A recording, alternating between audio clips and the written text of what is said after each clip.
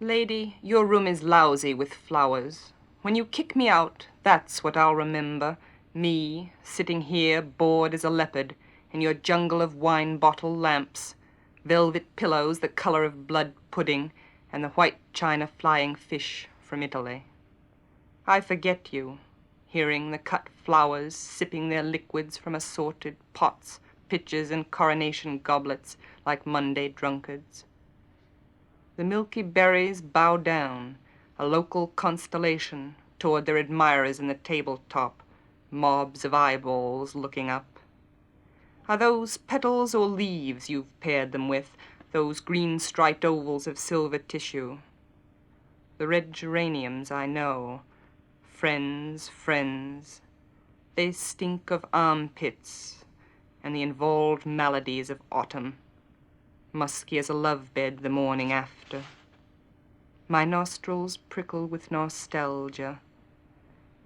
Henna hags, cloth of your cloth, they tow old water, thick as fog.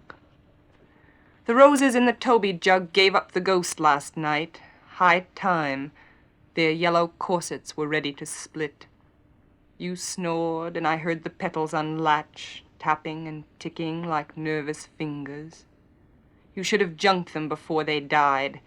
Daybreak discovered the bureau lid, littered with Chinese hands.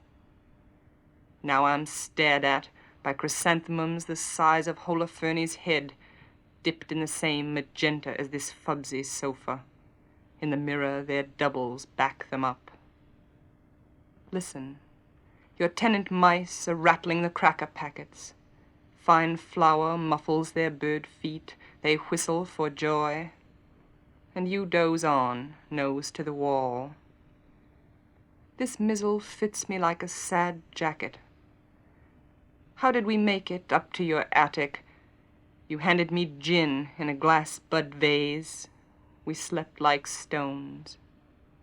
Lady, what am I doing with a lung full of dust and a tongue of wood, knee-deep in the cold and swamped by flowers? They are the last romantics, these candles, upside-down hearts of light, tipping wax fingers, and the fingers, taken in by their own halos, grown milky, almost clear, like the bodies of saints. It is touching, the way they'll ignore a whole family of prominent objects simply to plumb the deeps of an eye in its hollow of shadows, its fringe of reeds, and the owner past 30, no beauty at all. Daylight would be more judicious, giving everybody a fair hearing.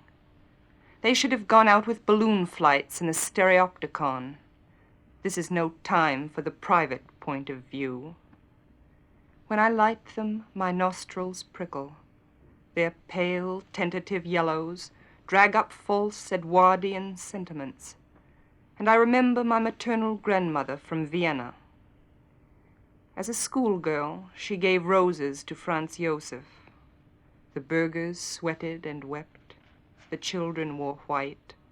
And my grandfather moped in the Tyrol, imagining himself a head waiter in America, floating in a high church hush among ice buckets, frosty napkins. These little globes of light are sweet as pears. Kindly with invalids and mawkish women, they mollify the bald moon. None sold, they burn heavenward and never marry. The eyes of the child I nurse are scarcely open. In 20 years I shall be retrograde as these draughty ephemerids. I watch their spilt tears cloud and dull to pearls. How shall I tell anything at all to this infant still in a birth drowse? Tonight, like a shawl, the mild light enfolds her. The shadows stoop over like guests at a christening.